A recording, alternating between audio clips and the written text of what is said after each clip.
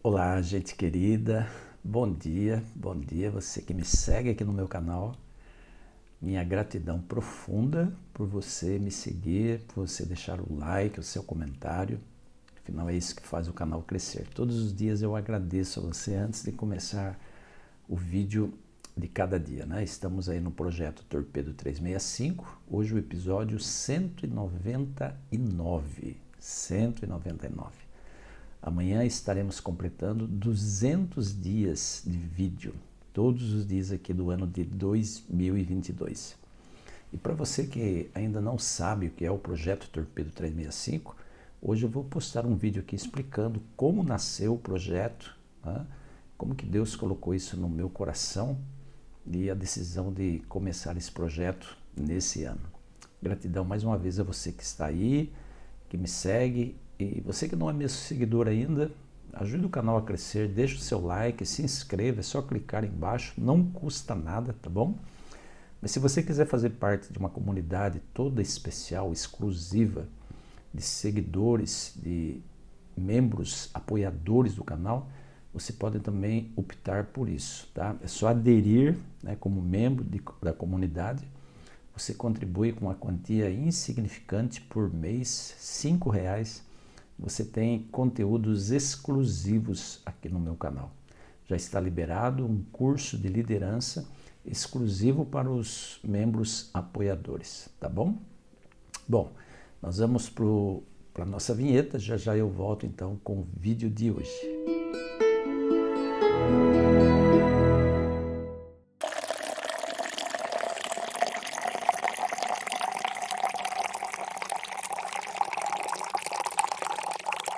Muito bem, hoje nós vamos dar continuidade à nossa reflexão no capítulo 2 do livro de Lucas. Lucas, que era um médico, né, que escreveu o Evangelho de Lucas a partir de relatos verbais de outros discípulos, porque ele mesmo, Lucas, era um discípulo, mas não era um dos 12 ali que acompanharam Jesus ao longo do ministério de 3 anos e meio de Jesus, tá bom?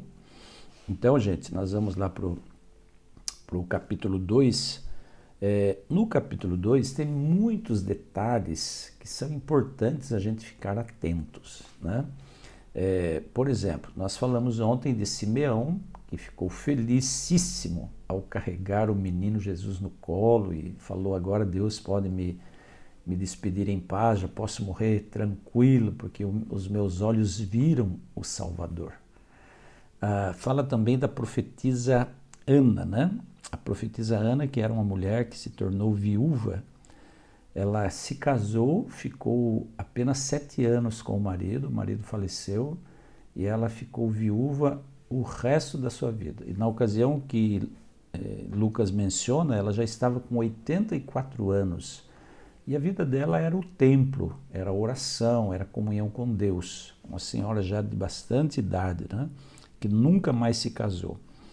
Aí no livro de Lucas também relata o fato de que Jesus, a família de Jesus, José, Maria, né, eles cumpriram todos os requisitos da lei enquanto eles tinham conhecimento. Tudo aquilo que eles conheciam, eles praticavam. Então Jesus, por exemplo, ele foi circuncidado no 8º dia de vida, tá?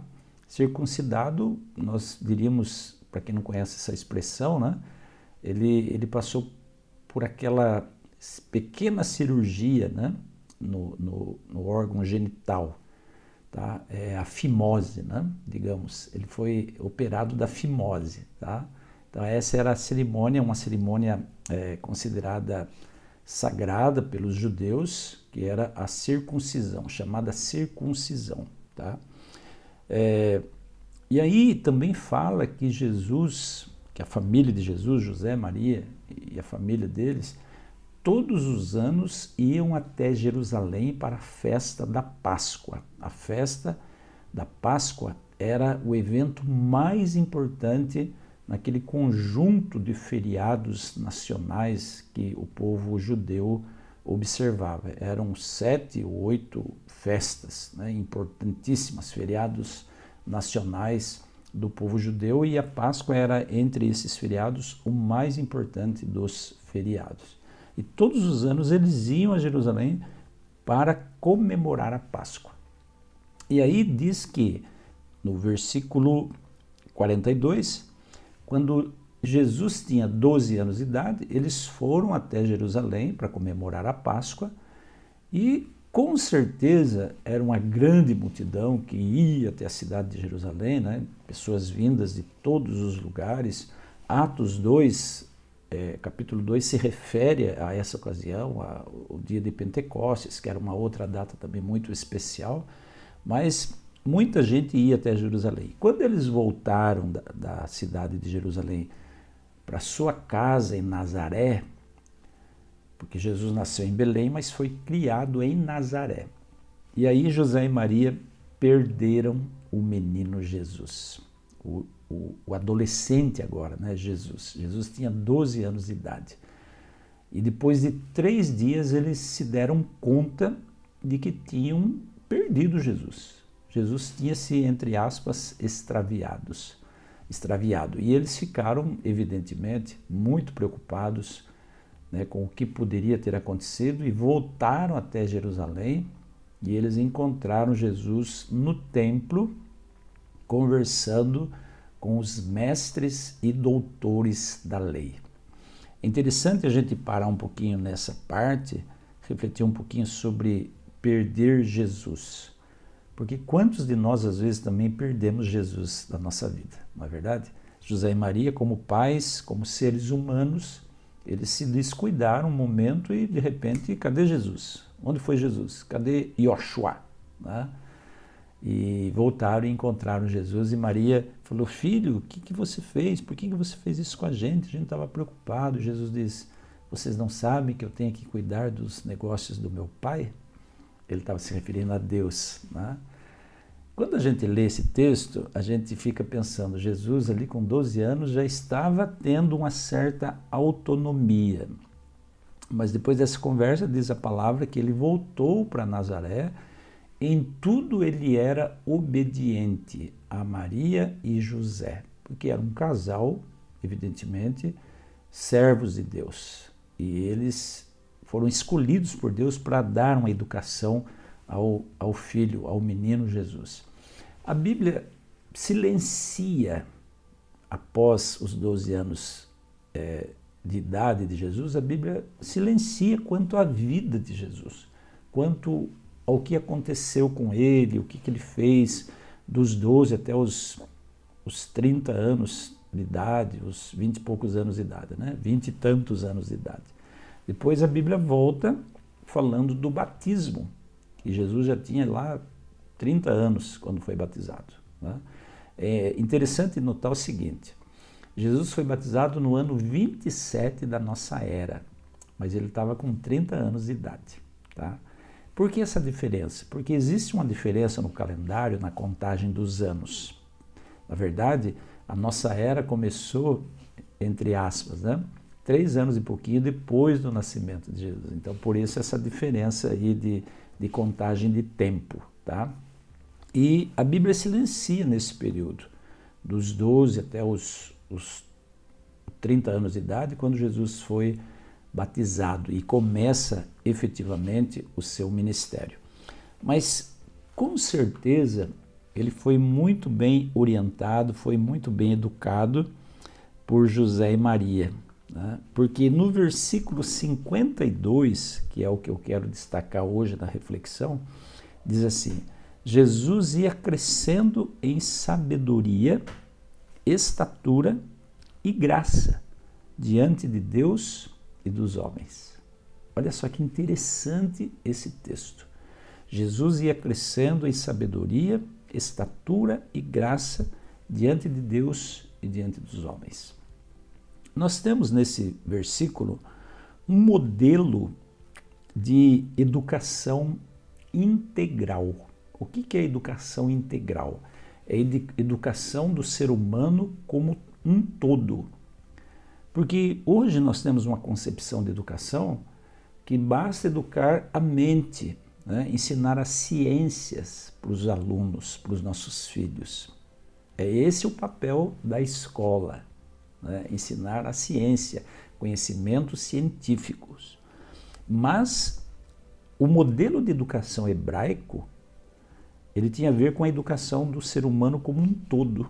E nós vemos Jesus aí crescendo e se desenvolvendo nos 4 aspectos de desenvolvimento humano. Porque veja, diz que Jesus crescia em sabedoria, ou seja, um crescimento intelectual, em estatura, o crescimento físico, graça diante de Deus, o crescimento espiritual, e graça diante dos homens, o crescimento social.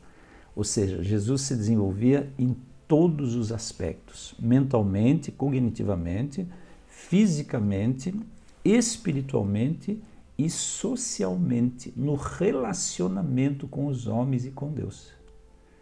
Esse é o modelo de educação que Jesus recebeu dos seus pais, porque naquela época não havia escolas, né, públicas como existe hoje, disponível para todas as pessoas. Aliás, faz muito pouco tempo, né, relativamente a um tempo histórico, faz muito pouco tempo que existe escola pública disponível para todas as pessoas, tá?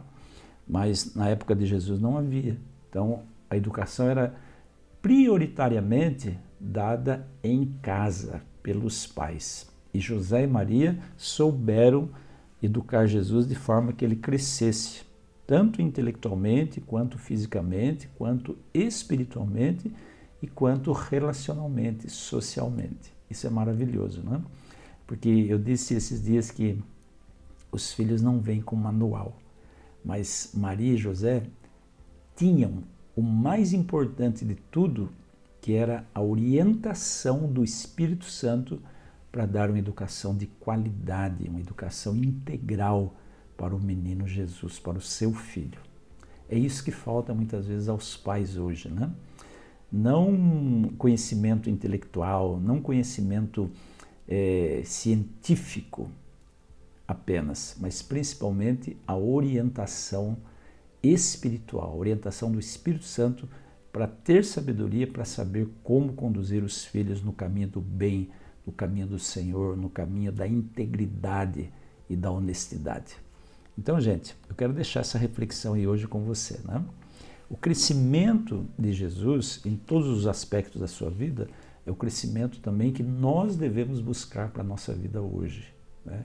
Crescer no conhecimento, crescer na graça, crescer no espírito, crescer no relacionamento com as pessoas. Afinal de contas, religião é relacionamento. Com Deus em primeiro lugar, sentido vertical, e com o homem, né, com os nossos semelhantes, sentido horizontal. Tá bom? Então fica com Deus, que você tenha o Espírito de Deus hoje a conduzir a sua vida, o seu dia. E um forte abraço para você. Amanhã eu volto com mais um Torpedo. Amanhã é o Torpedo número 200, tá? Fica com Deus e até amanhã então. Tchau, tchau.